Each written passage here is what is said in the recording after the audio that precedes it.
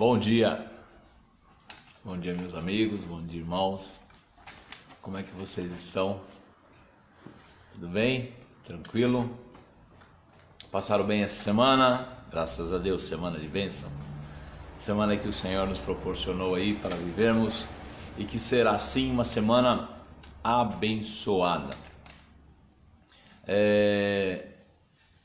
Quero falar com vocês hoje a respeito de um tema bastante interessante. Eu ia deixar para amanhã, ia deixar para depois de amanhã, ou ia deixar para um momento mais propício, pelo menos no meu ponto de vista, ou talvez até não fizesse, porque ia entrar pelo esquecimento.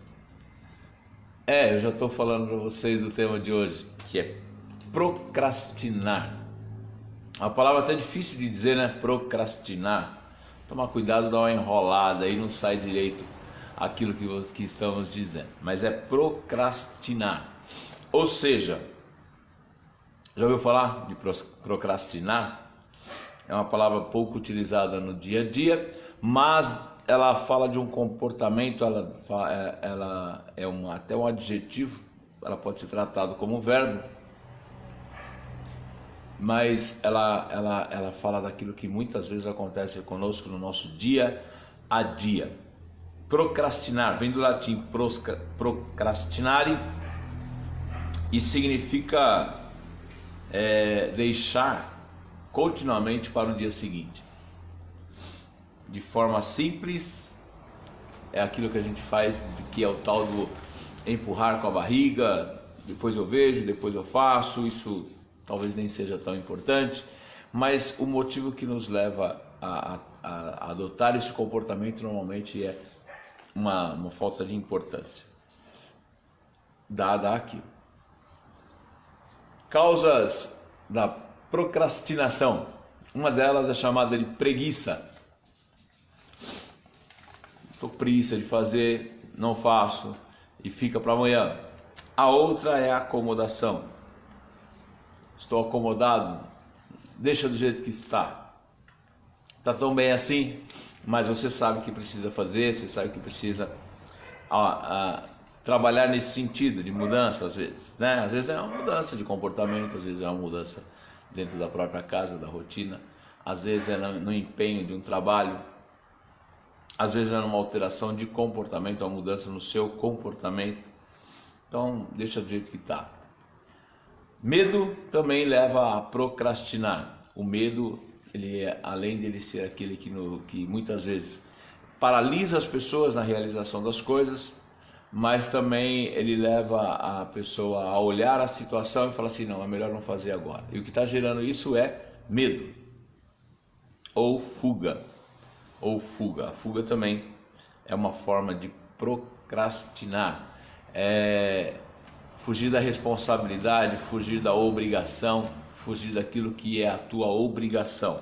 Então eu coloquei aqui 4 comportamentos aí que mostram aí a procrastinação: preguiça, acomodação, medo ou fuga.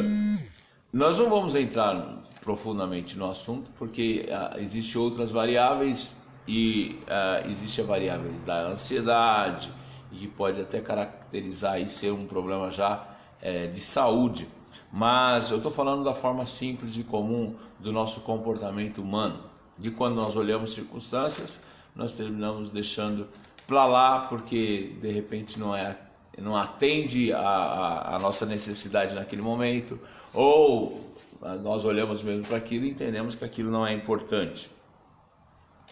Procrastinar também caracteriza a falta de cuidado ou zelo. A maioria das coisas que nos aparece para fazer devem ser feitas. Se apareceu para fazer, é porque há uma necessidade de que aquilo seja feito. Então, quando eu passo, jogo para lá, ponho para debaixo do tapete, penso nisso em outro momento, pode sim representar a falta de cuidado que eu tenho com aquilo ou a minha falta de zelo que eu tenho para com aquilo. A prática de deixar para depois e para amanhã é uma deformação que demonstra falta de compromisso consigo e com as pessoas que possivelmente esperam aquele resultado. O procrastinador, ele vai adotando esse hábito, e isso se torna um hábito, e esse costume, e aí ele começa então, através da preguiça que ele tem, ao deixar de fazer, ele começa a comprometer quem está à sua volta. A prática termina comprometendo as pessoas que estão ao seu redor, na expectativa de que você vai realizar aquilo. Sempre há alguém esperando que você, o resultado daquela atitude que você está deixando de tomar. Então, mostra que isso é uma falta de compromisso. Imagina no ambiente do lar, no ambiente da família. Sempre tem ou a mãe, ou o pai, ou os filhos esperando que você tome alguma atitude referente a determinada coisa. Isso não acontece. Não acontecendo, é uma falta de respeito com aqueles que estavam te esperando, aqueles que esperavam que você tivesse feito aquilo.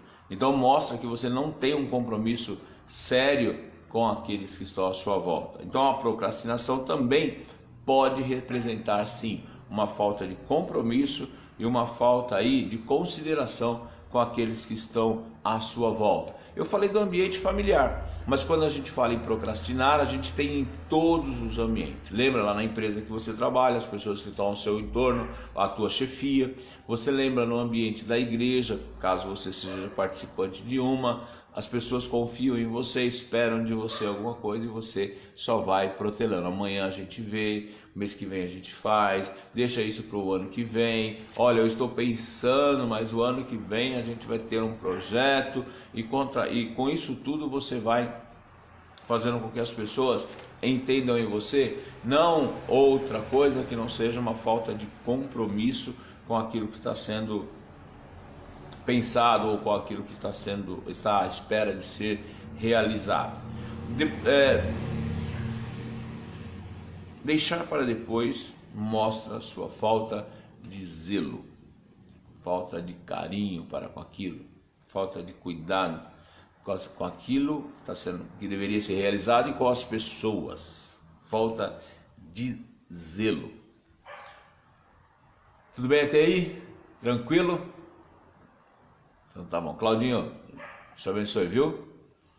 Seja bem-vindo a esse momento. Não vou procrastinar a minha saudação, o meu cumprimento para você nesse dia. Um abraço.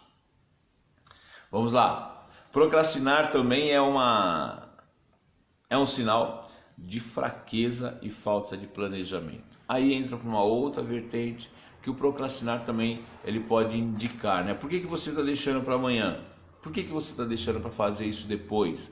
Porque de repente emocionalmente você está fraco ou com medo, né? Aí você então deixa para lá. A outra coisa é a falta de planejamento.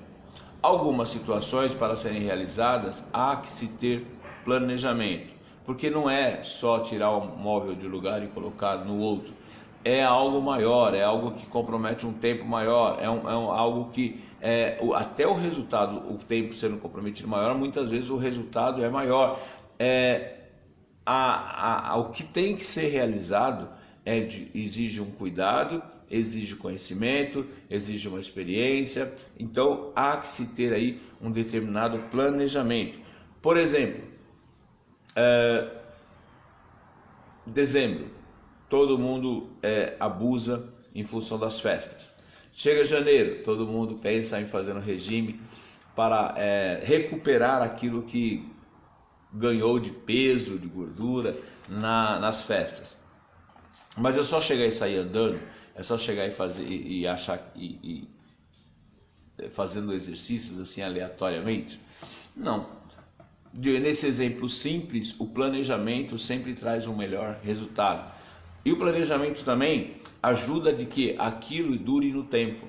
Quando você faz as coisas com planejamento, além de você não procrastinar, você também faz com que aquilo dure no tempo. Então vai ser o trabalho de janeiro, vai ser o trabalho de fevereiro, vai ser o trabalho de março e assim sucessivamente, até você alcançar o seu maior objetivo dentro daquilo que você planejou. Então, procrastinar não pode ser algo que demonstre isso, algo que leve a isso, porque é isso que é. né? Mostra fraqueza e mostra a sua falta de planejamento. Então, como nós devemos fazer? Como que nós devemos ser? Já que nós demos aí uma passada importante no entendimento do que é procrastinar e aí nos resultados que são possíveis quando você adota esse comportamento. Sim? E aí?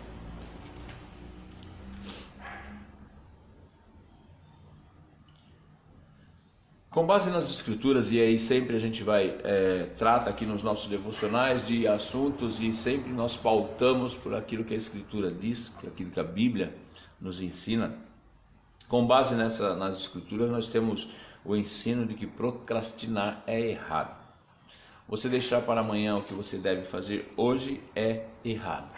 Não temos nenhuma referência bíblica de que isso é saudável, de que isso é justo, de que isso é honesto, de que isso é bom, de que isso traga algum tipo de bom resultado. Eu estava pensando em procrastinar e lembrei de algo que de Jesus, né?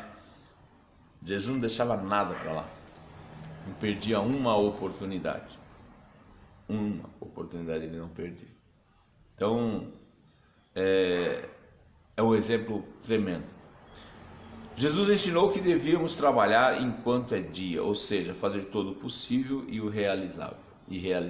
Aí, está lá no texto de João 9, no versículo 4, quando Jesus diz que se aproveitasse o dia, que se fizesse tudo durante o dia, que a noite chegaria e chegando à noite, tudo ficaria mais difícil. Esse chegar à noite não simplesmente é o entendimento de que mudou o ciclo, né? Passaram as 12 horas do dia e agora entraram as 12 horas da noite, mas ele faz uma alusão à questão mesmo da dificuldade de você realizar as coisas fora do tempo certo.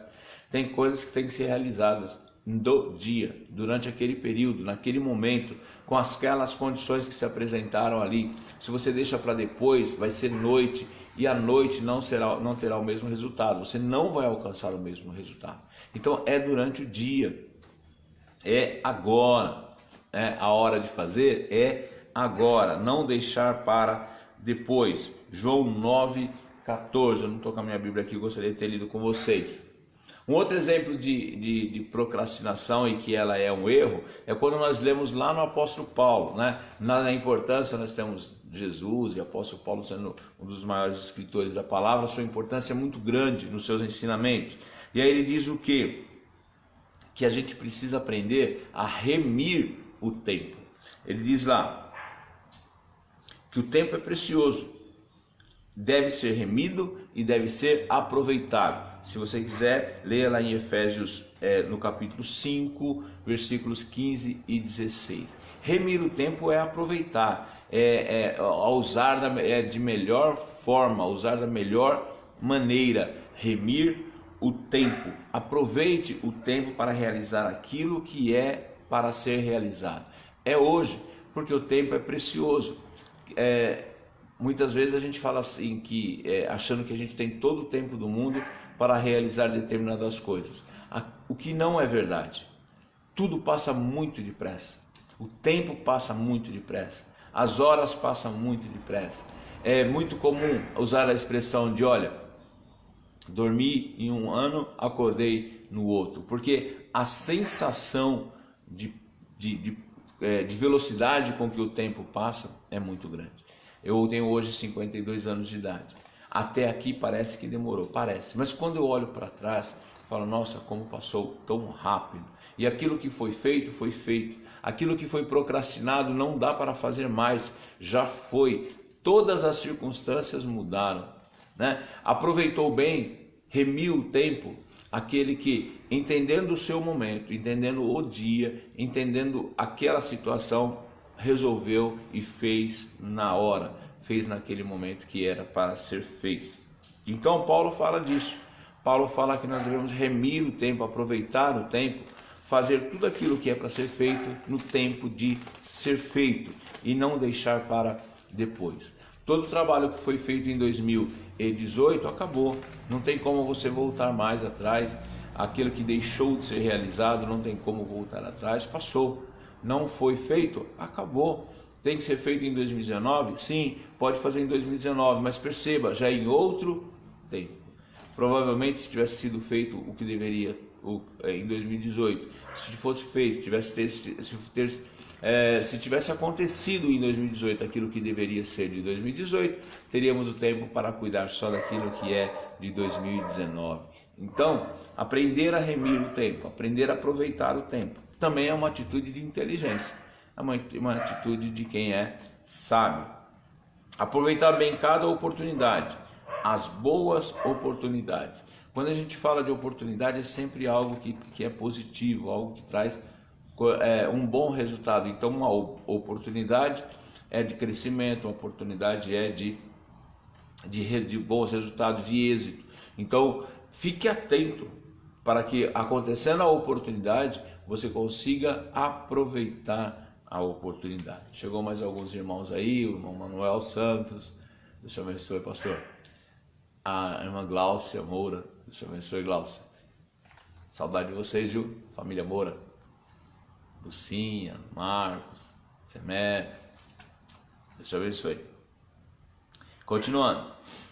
Aproveite as oportunidades, não deixe elas passarem. As coisas precisam serem feitas hoje, o tempo de realizar é agora.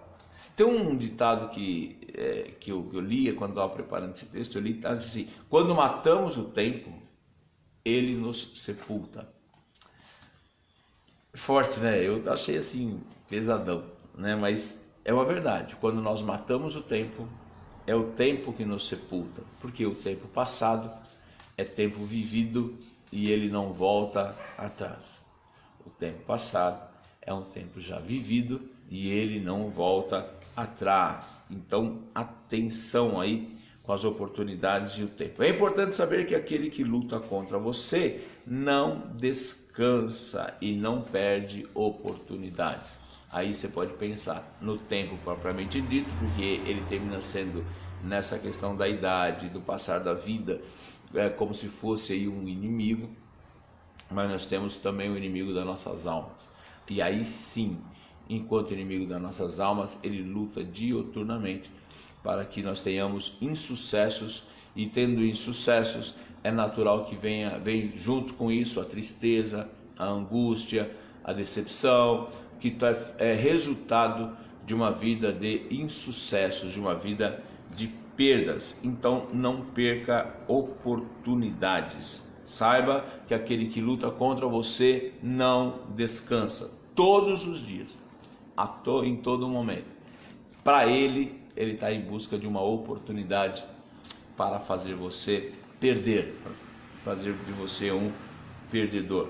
Jesus volta a ensinar sobre o tempo em Mateus capítulo 6, 25 a 34.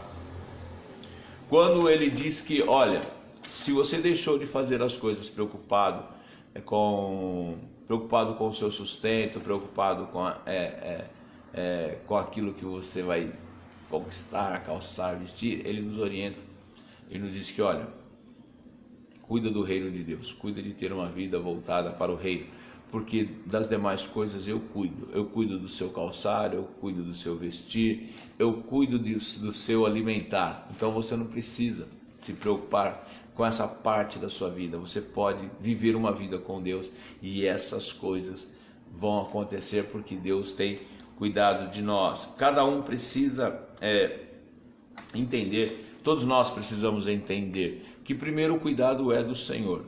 A nossa parte de fazer deve ser feita no dia de hoje. As demais coisas o Senhor tem cuidado de nós e aí Ele tem sim realizado de maneira poderosa, né, o seu cuidado sobre nossas vidas. Então descansa, mas não deixe de fazer aquilo que você tem que fazer. Cada dia precisa ser planejado dentro da perspectiva correta. O que temos para hoje? Já ouviu essa expressão? O que é que nós temos para hoje? Se o fazer, o realizar de hoje já está programado, já está planejado, faça. Faça, realize, não deixe para depois. O que temos para hoje? Já vou antecipar aí. Um dia de bênção, um dia de trabalho, um dia de muitos afazeres, mas que deverão ser cumpridos nos dias de hoje. Planejamento, leitura da palavra, oração, abraço nos amigos. Olha quanta coisa temos para fazer no dia de hoje e deverá ser feita. Quem falha em planejar, planeja falhar. Olha, eu gostei também desse ditado. Quem falha em planejar, planeja falhar. Quem falha em planejar, planeja falhar. E aí, você pode estender essa visão, deixar ela bem ampla, bem aberta, faz um leque dentro de todos os seus planejamentos e da necessidade de planejar. Tem coisa que é importante, ela precisa acontecer, mas você ainda não planejou, né? Tá só empurrando, não, eu vejo isso o mês que vem, eu vejo isso o ano que vem, eu vejo isso depois. E aí você perdeu a oportunidade de planejar. Se você não planejou, não tenha dúvida de que algo também ainda está acontecendo, que é a falha.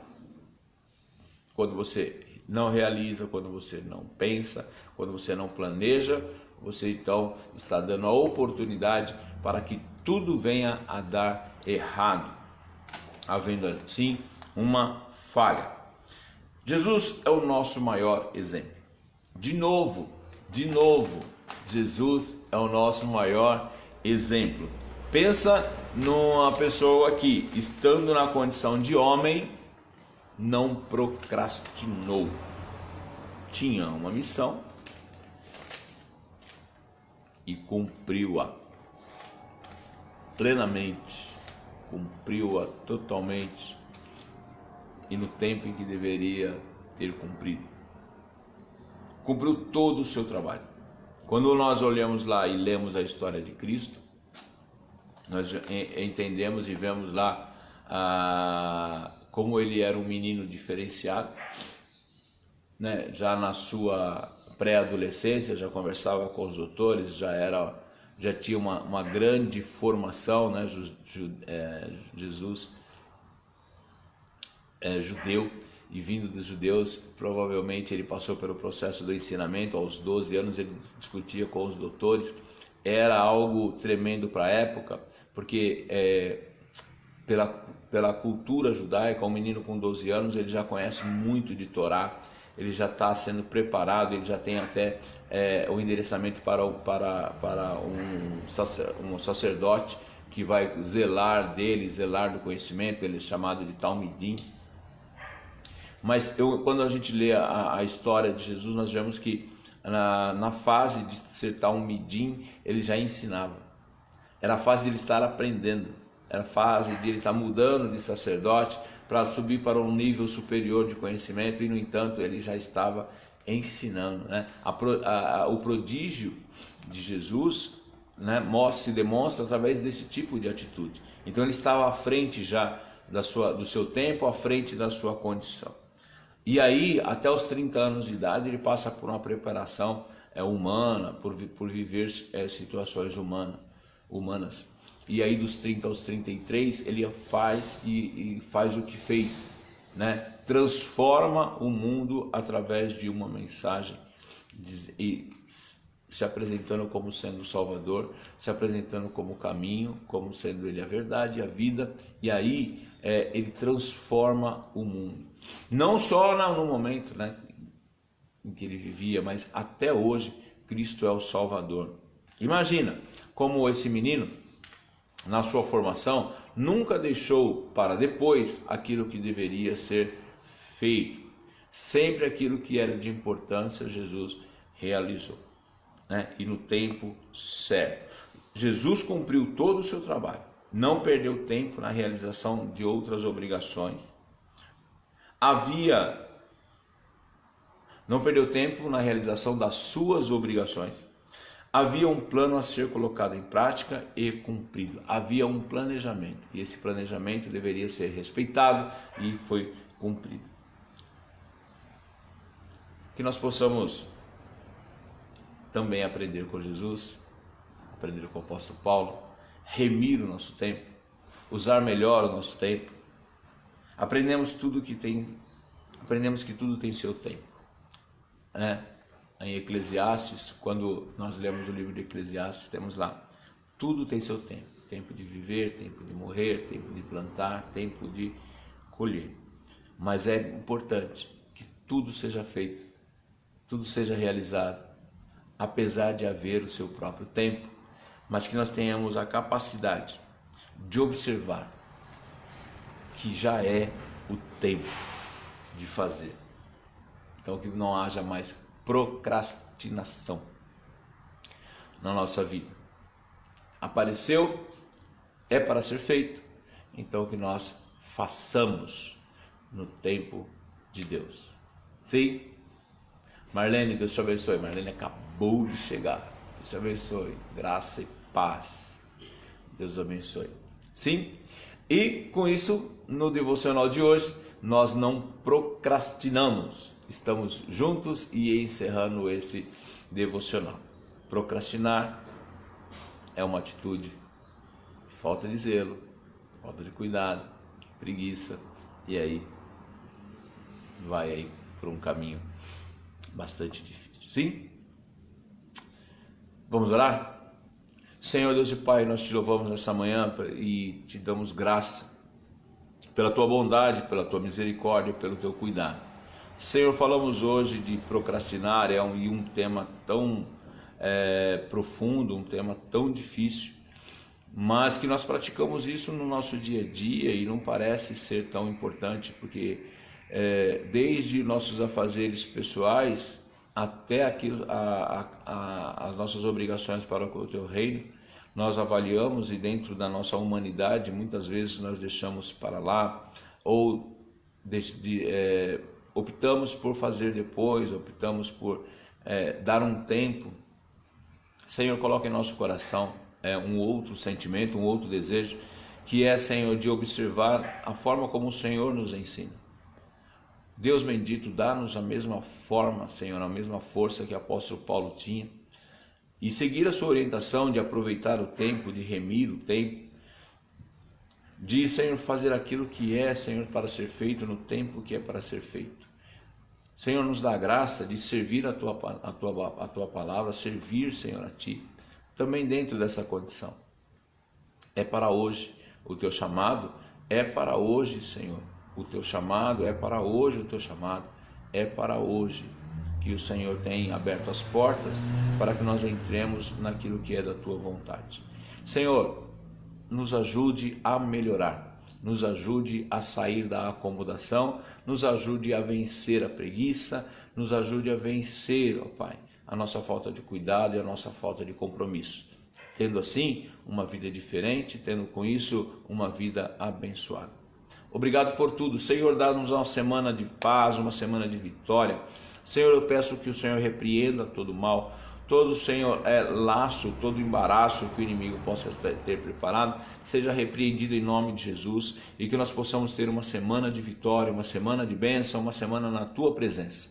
Senhor, cuida de cada um de nós, cuida dos nossos amigos, cuida dos nossos vizinhos, cuida dos nossos irmãos, cuida, Senhor, das nossas famílias, e dá-nos uma semana de paz. Prepara-nos, Senhor, para mais uma semana, a semana que vem estarmos juntos, ó Deus, sem procrastinarmos a nossa obrigação, mas que nós possamos estar diante de Ti, fazendo aquilo que é a Tua vontade. Obrigado por tudo, em nome de Jesus. Um grande abraço a você, um grande abraço a todos, que Deus possa te abençoar e te tenha abençoado, né? Mas que Ele possa continuar com as suas mãos estendidas, derramando sobre você toda a graça. Excelente semana, até a próxima segunda. Deus te abençoe.